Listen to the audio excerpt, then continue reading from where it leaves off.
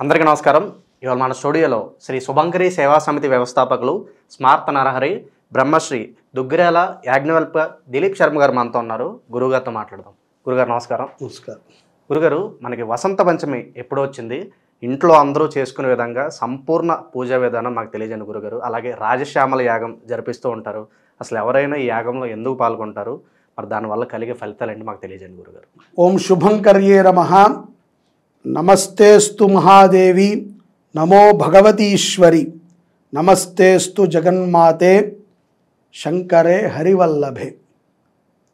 అమ్మవారు ఈ యొక్క రాజశ్యామల అనేటువంటి అమ్మవారు గత 10 సంవత్సరాల నుంచి చాలా ఎక్కువగా ప్రచారంలోకి మనందరికీ కూడా తెలుస్తూ వచ్చింది.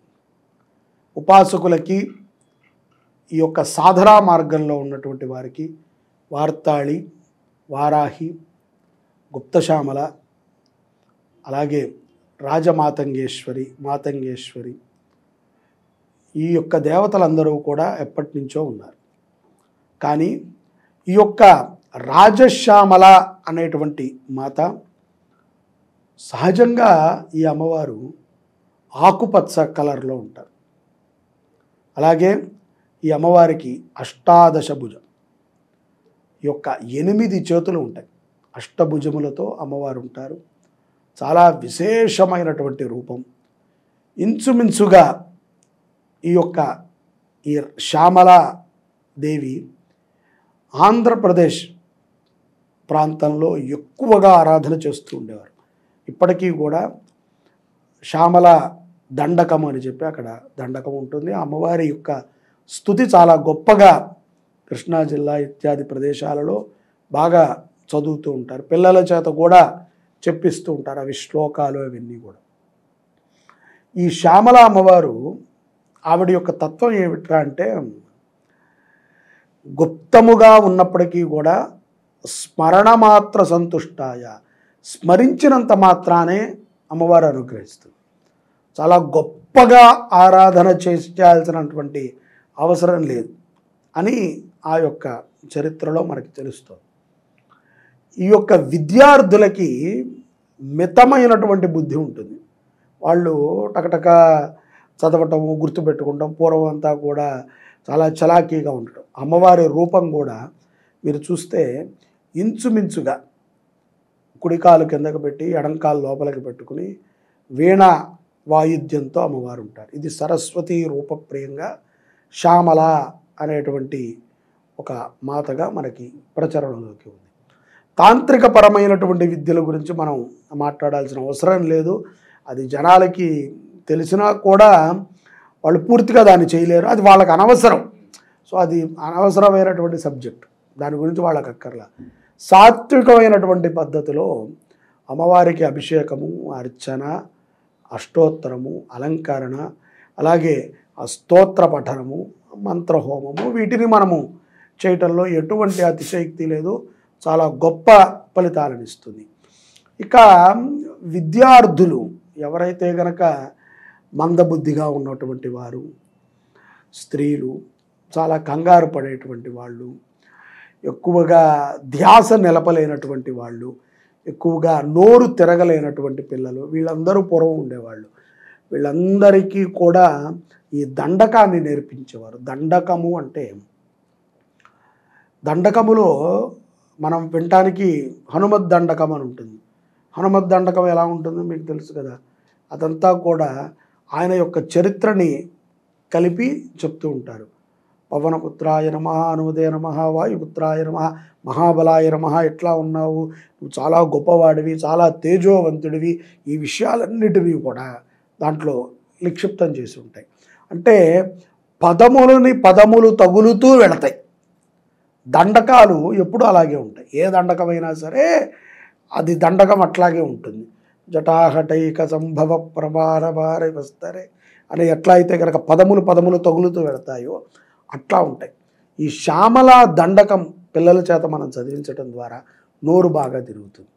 వాళ్ళకి ఆ పదచ్ఛేదనం వచ్చి ఏదైతే కనుక శబ్దం ఉన్నదో అది శుద్ధపడుతుంది. దాని ద్వారా జ్ఞానశక్తి పెరుగుతుంది.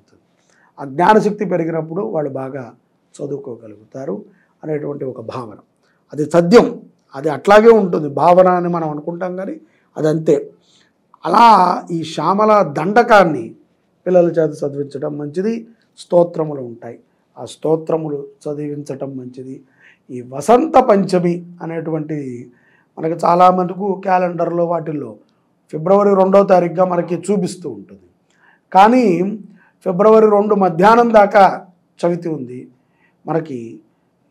మళ్ళీ ఫిబ్రవరి 3వ తారీఖు ఉదయం మనకి 11 వరకు కూడా పంచమి ఉంది.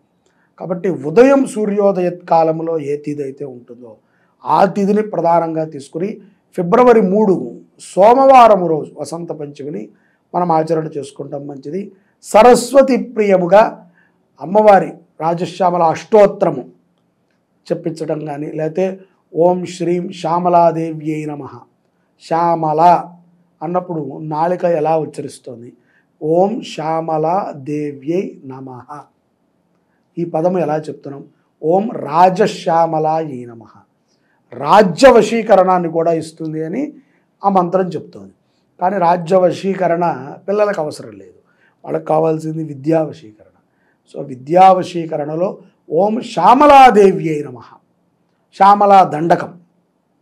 రాజశ్యామల వేరు, రాజ్యవశ్యం కురుకురు, అది రాజ్యాన్ని వశీకరించటానికి వాడేటువంటి ఒక శస్త్రము కింద దీన్ని చెప్పబడింది.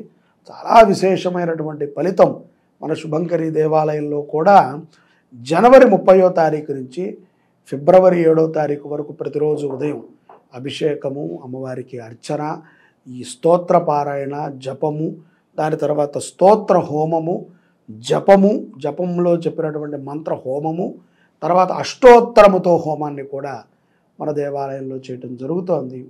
ఆ శక్తి ఉన్నటువంటి వారు అక్కడ కూడా పాల్గొంటారు. కానీ చాలా గొప్ప విశేషం, ప్రతి విద్యార్థి చేయాలి. దీనికేం నియమనిష్టలు అక్కర్లేదండి. విద్యార్థులకి నియమనిష్టలు ఏముంటాయి? ఇప్పుడు విద్యార్థులకి నువ్వు నియమంగా ఉండవయ్యా అంటే చెప్పులు వేసుకోవద్దు, బొట్టు పెట్టుకోవద్దు, నువ్వు కాషాయ వస్త్రం కట్టుకోండి, వాడు స్కూల్కి ఎక్కడికి వెళ్ళాలి? నియమము భక్తిలో ఉండాలి, నిష్ట బుద్ధిలో ఉండాలి. అంతే తప్ప ఇవన్నీ స్కూల్ మీద ప్రభావం చూపకూడదు, తోటి విద్యార్థులు హేళన చేయకూడదు. కాబట్టి అమ్మవారిని ఆరాధన చేయటం, వసంత పంచమి రోజు కూడా శ్యామల అష్టోత్తరాన్ని పిల్లల చేత పలికించటము, చక్కగా ఏదైనా మధుర పదార్థం, తీపిని నైవేద్యంగా పెట్టి పిల్లలకి పెట్టడం ద్వారా, తేనె లేకపోతే ఈ విప్ప పువ్వు అని వస్తుంది, విప్ప పువ్వు, ఇదంతా కూడా అమ్మవారికి చాలా విశేషంగా చెప్పబడింది. కొంతమందికి తెలిసి తెలియక తాంత్రిక ప్రయోగాలు, ఏదో రాజశ్యామలం వశీకరణం అయిపోవాలి, అది వచ్చేయాలి, ఇది అత్యాశకు వెళితే తంత్రము కూడా ఏం చేయదు. ఆశపడటం వేరు, అత్యాశ పడటం వేరు. మనకంతా కూడా ఈ మధ్యన అత్యాశ. వాడికి వచ్చేసింది మనకు వచ్చేయాలి, వాడెవడో చేశాడు వాడలా నేను అయిపోవాలి, వాడెవడో మహానుభావుడు చేశాడు మనం చేసేయాలి, వాడెవడో తిప్పేశాడు నేను తిప్పేయాలి. అరే నీకు అది తిరుగుతుందో లేదో తెలియద్దా? కాబట్టి అమ్మవారి అనుగ్రహం పొందటానికి చాలా శుభమైనటువంటి సమయం. వసంత మాసం ప్రారంభమవుతుంది.